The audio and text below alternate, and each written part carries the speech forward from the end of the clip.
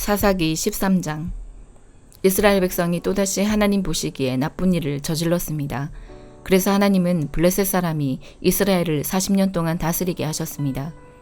소라성에 마노아라는 사람이 있었습니다. 마노아는 단지파 사람이었습니다.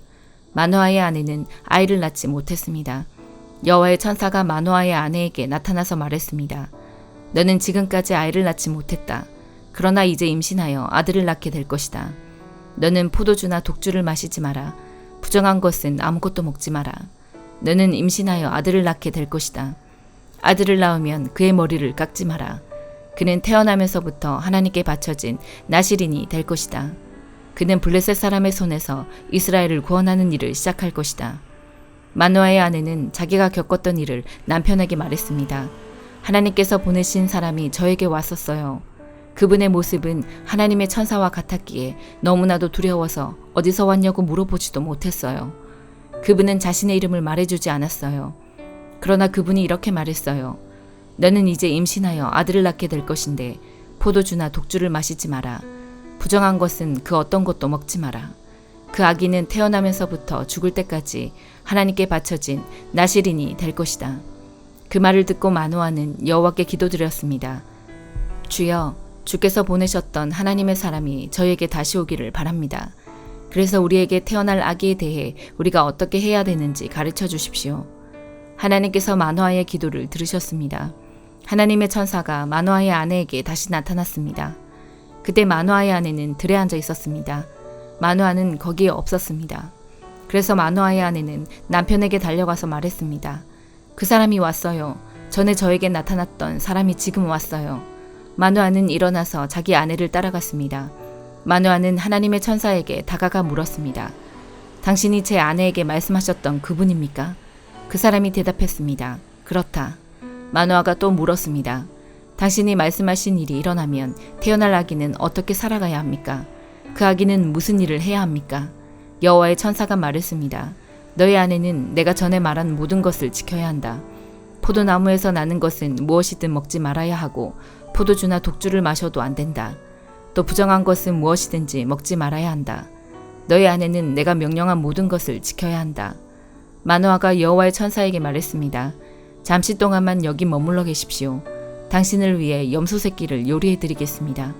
여호와의 천사가 대답했습니다. 내가 잠시 머무른다 할지라도 너의 음식을 먹지는 않을 것이다. 그러나 음식을 마련할 생각이 있다면 여호와께 태워드리는 제물인 번제물을 드리도록 하여라. 마노아는 그 사람이 여호와의 천사라는 것을 전혀 알지 못했습니다. 마노아가 여호와의 천사에게 말했습니다. 당신의 이름이 무엇인지 알고 싶습니다. 이름을 알아야 당신이 말씀하신 것이 이루어질 때 당신께 영광을 돌릴 수 있지 않겠습니까? 여호와의 천사가 말했습니다. 왜 내 이름을 묻느냐? 내 이름은 기묘이다. 그 후에 마노아는 한 바위 위에서 염소 새끼와 곡식을 여호와께 제물로 바쳤습니다. 그때 여호와께서 놀라운 일을 하셨는데 마노아와 그의 아내는 그것을 지켜보았습니다.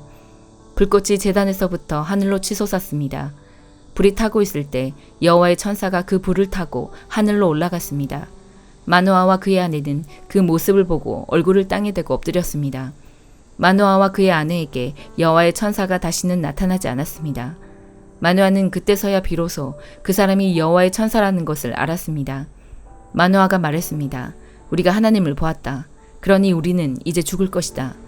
그러나 마노아의 아내가 자기 남편에게 말했습니다. 여호와께서는 우리를 죽이지 않으실 거예요. 우리를 죽이실 생각이었다면 우리의 번제물이나 곡식제물도 받지 않으셨을 거예요. 또 여호와께서는 이 모든 일을 우리에게 보여주지도 않으셨을 것이고 말씀해주지도 않으셨을 거예요. 마노아의 아내는 아들을 낳았습니다.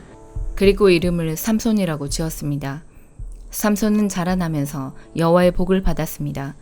삼손이 소라와 에스다올 성 사이에 있는 마하네단에 있을 때에 여호와의 영이 그의 안에서 일하기 시작하셨습니다. 사도행전 17장. 바울과 실라는 암비볼리와 아볼로니아를 지나 데살로니가에 도착했습니다. 거기에는 유대인 회당이 있었습니다. 바울은 습관대로 회당으로 들어가 3주에 걸쳐 성경을 가지고 유대인들과 토론을 했습니다. 바울은 그리스도가 고난을 받고 죽은 자 가운데서 다시 살아나야 한다는 것을 설명하고 증명했습니다.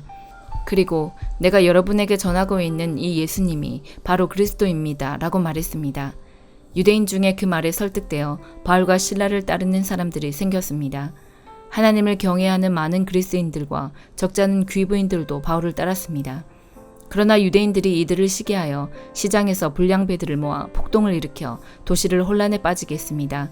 그들은 바울과 실라를 군중 앞으로 끌어내려고 야손의 집으로 쳐들어갔습니다.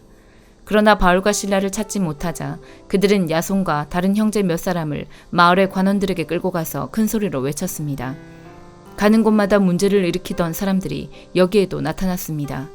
그런데 야손이 그들을 자기 집으로 맞아들였습니다. 그들은 모두 가이사의 법을 어겨가며 예수라 하는 다른 왕이 있다고 말하면서 황제의 명령을 거스르는 행동을 합니다. 무리와 마을의 관원들은 이 말을 듣고는 당황하였습니다. 그러나 마을의 관원들은 야손과 다른 신자들에게서 보석금을 받고 그들을 풀어주었습니다. 밤이 되자 신자들은 곧바로 바울과 실라를 베레아로 보냈습니다. 바울과 실라는 베레아에 도착하여 유대인의 회당으로 들어갔습니다. 베레아 사람들은 데살로니가 사람들보다 더 고상한 성품을 가진 사람들이었습니다.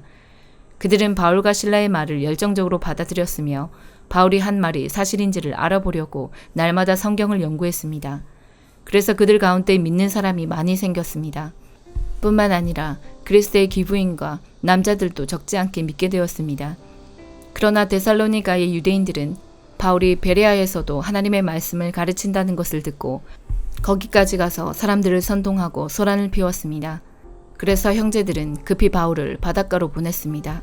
하지만 실라와 디모데는 베레아에 그대로 남아 있었습니다. 바울을 수행하던 사람들은 바울을 아테네까지 인도하였습니다.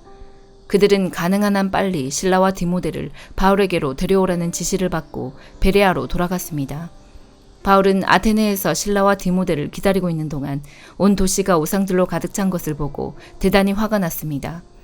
그래서 바울은 회당에서 유대인들과 하나님을 경외하는 그리스인들과 토론을 벌였습니다. 그리고 광장에서 만나는 사람들과도 날마다 토론하였습니다. 어떤 에피쿠로스 철학자들과 스토아 철학자들이 바울과 논쟁을 하게 되었습니다. 그들 중에 어떤 사람은 이 수다쟁이가 무슨 말을 하려고 하는가 라고 말하기도 하였고, 또 어떤 사람은 그가 외국의 다른 신들에 관해서 말하는 것 같다고 말하기도 하였습니다. 이 사람들이 이렇게 말한 것은 바울이 그들에게 예수님과 부활에 관한 복음을 전했기 때문입니다. 그들이 바울을 붙잡아 아레오바고에 있는 시의회로 데려가서 바울에게 이렇게 물었습니다. 당신이 전하고 있는 이 새로운 가르침이 무엇인지 우리가 알아듣기 쉽게 설명해 줄 수 있겠소?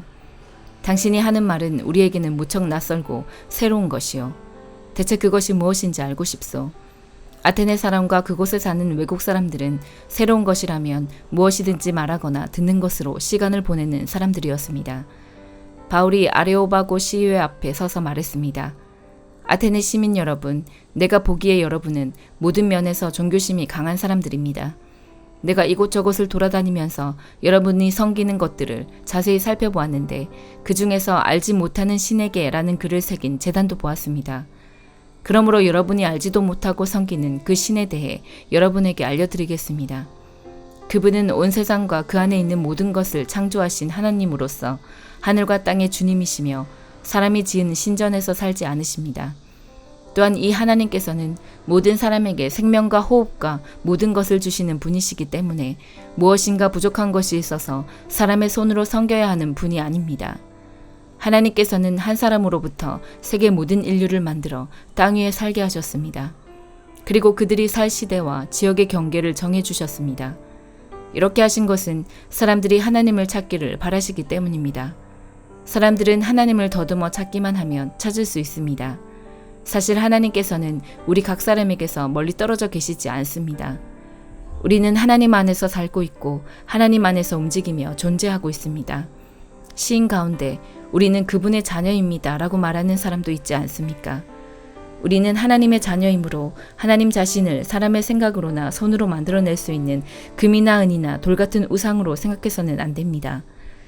사람들이 하나님을 알지 못했던 시대에는 하나님께서 눈 감아 주셨지만 이제는 어디서나 온 세상 사람들에게 회개하라고 명령하십니다. 하나님께서는 자기가 정하신 한 사람을 시켜 온 세상을 의롭게 심판하실 날을 정하셨습니다. 하나님께서는 그를 죽은 자들 가운데서 살리심으로 모든 이에게 그 증거를 보이셨습니다. 부활에 관한 이야기를 듣고 비웃는 사람들도 있었지만 이 내용에 관해 나중에 더 듣고 싶다라고 말하는 사람들도 있었습니다. 그리고는 바울은 그들을 떠나갔습니다. 그때 바울이 전한 말을 믿고 바울을 따르게 된 사람이 몇 사람 있었습니다. 그렇게 믿게 된 사람들 중에는 아레오바고 시의회의 의원인 디오누시오와 다말이라는 여자와 그 밖에 몇 사람이 더 있었습니다. 예레미야 26장. 이것은 요시아의 아들 요야김이 유다 왕이 된 첫 해에 여호와께서 주신 말씀입니다. 여호와께서 이렇게 말씀하셨다. 예레미야야, 여호와의 성전 뜰에 서서 그곳으로 경배하러 오는 유다의 모든 백성들에게 내가 너를 명하여 전하라고 한 모든 말을 하나도 빠짐없이 전하여라. 혹시 그들이 그 말을 듣고 자기 악한 길에서 돌이킬지도 모른다. 만약 그들이 돌이킨다면 그들의 악한 짓 때문에 재앙을 내리려 한 나의 생각을 바꾸겠다. 너는 그들에게 이렇게 전하여라. 여호와께서 이렇게 말씀하셨다.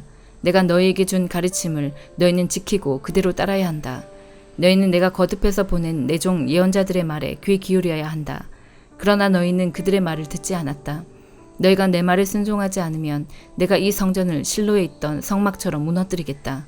예루살렘을 세계 모든 백성의 저주거리가 되게 하겠다. 제사장들과 예언자들과 모든 백성들은 예레미야가 여호와의 성전에서 전한 이 말을 다 들었습니다.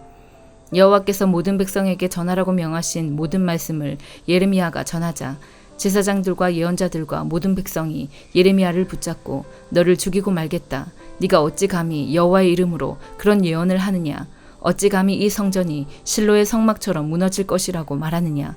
어찌 감히 예루살렘이 아무도 살지 못할 황무지가 될 것이라고 말하느냐 하고 외치면서 예레미야에게 몰려들었습니다. 유다의 지도자들이 그 소식을 듣고 왕궁에서 나와 여호와의 성전으로 올라갔습니다. 그들은 여호와의 세문 입구에 자리를 잡고 앉았습니다. 제사장들과 예언자들이 유다의 지도자들과 모든 백성들을 향해 말했습니다.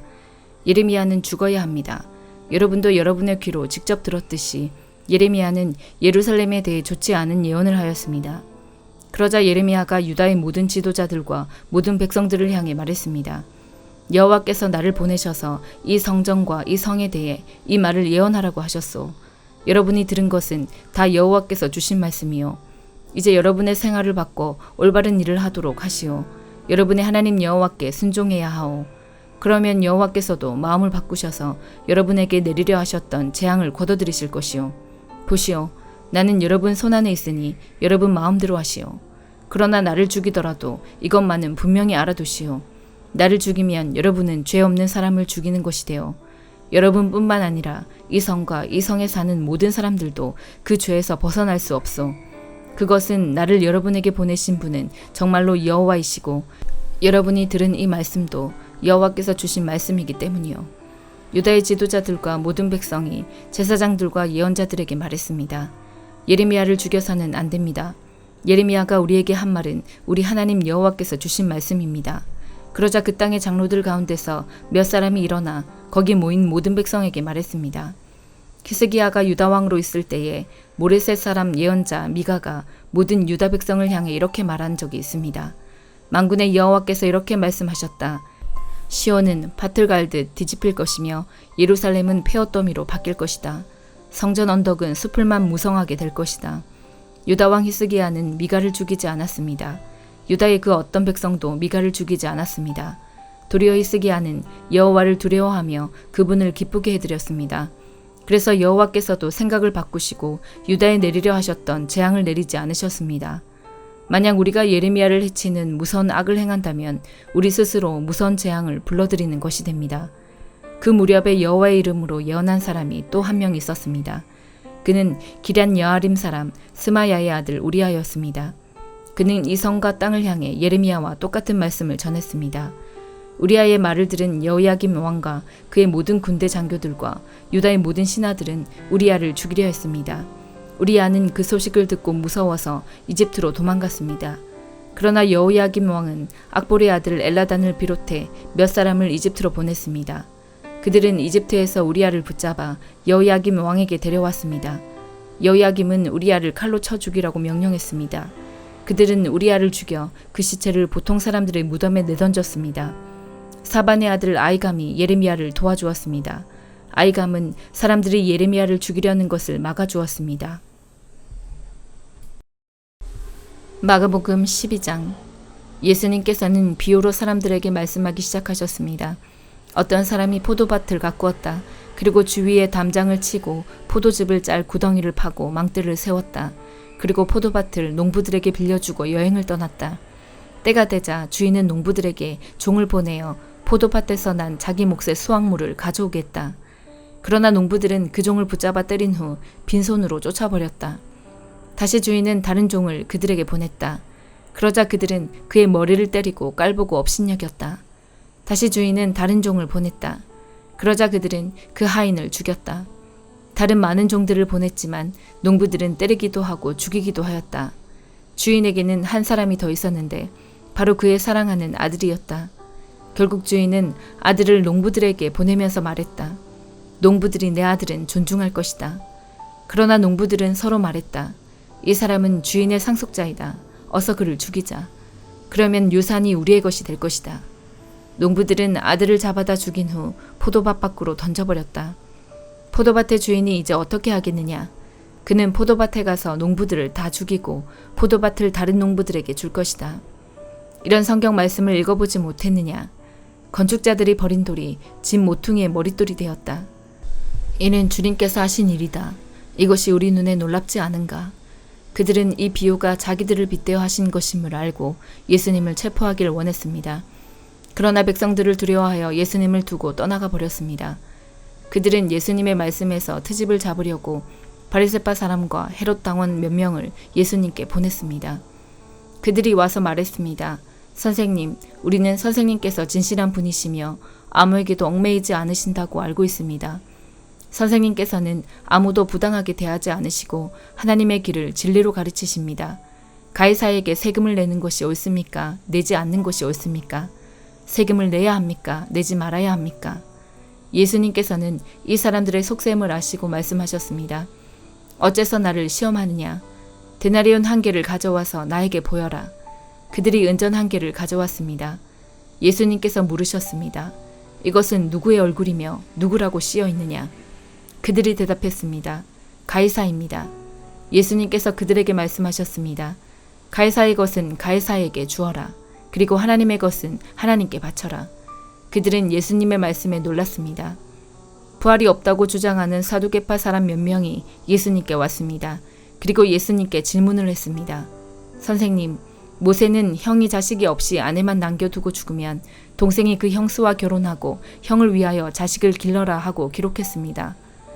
7 형제가 있었는데 맏형이 결혼하고 자식이 없이 죽었습니다.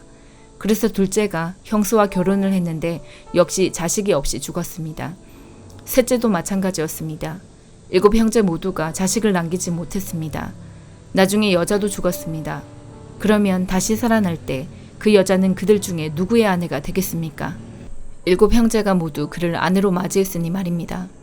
예수님께서 대답하셨습니다. 내가 성경도 모르고 하나님의 능력도 몰라서 잘못 생각하는 것이 아니냐. 사람들이 죽은 사람들 중에서 다시 살아날 때에는 장가도 가지 않고 시집도 가지 않는다. 그들은 마치 하늘에 있는 천사처럼 될 것이다. 죽은 사람이 다시 살아나는 것에 대해서는 모세의 책에 기록된 떨기나무 대목에서 하나님께서 모세에게 어떻게 말씀하셨는지를 읽어보지 못했느냐. 하나님께서 모세에게 나는 아브라함의 하나님, 이삭의 하나님, 그리고 야곱의 하나님이다 라고 말씀하시지 않았느냐. 하나님께서는 죽은 사람들의 하나님이 아니라 살아있는 사람들의 하나님이다. 너희가 크게 잘못 생각하고 있다. 율법학자 가운데 한 사람이 다가와서 논쟁하는 것을 들었습니다. 예수님께서 사두개파 사람들에게 잘 대답하시는 것을 보고 그가 물었습니다. 모든 계명 중에 어떤 것이 가장 중요합니까? 예수님께서 대답하셨습니다. 가장 중요한 계명은 이것이다. 이스라엘아 들어라. 주 우리 하나님은 한 분이시다. 네 모든 마음과 모든 영혼과 모든 뜻과 모든 힘을 다하여 주 너희 하나님을 사랑하여라. 2번째로 중요한 계명은 이것이다. 네 이웃을 네 몸같이 사랑하여라. 이 계명들보다 더 중요한 계명은 없다. 율법학자가 예수님께 말했습니다. 옳습니다. 선생님, 하나님께서는 한 분이시고 그 외에는 다른 신이 없습니다. 모든 마음과 모든 지식과 모든 힘을 다하여 하나님을 사랑하고 이웃을 자기 자신처럼 사랑하는 것이 다른 모든 번제물이나 희생제물보다 더 중요합니다.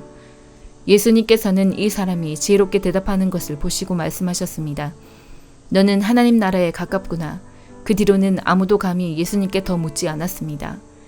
예수님께서 성전에서 가르치고 계실 때 이렇게 물으셨습니다. 어째서 율법학자들은 그리스도가 다윗의 자손이라고 말하느냐?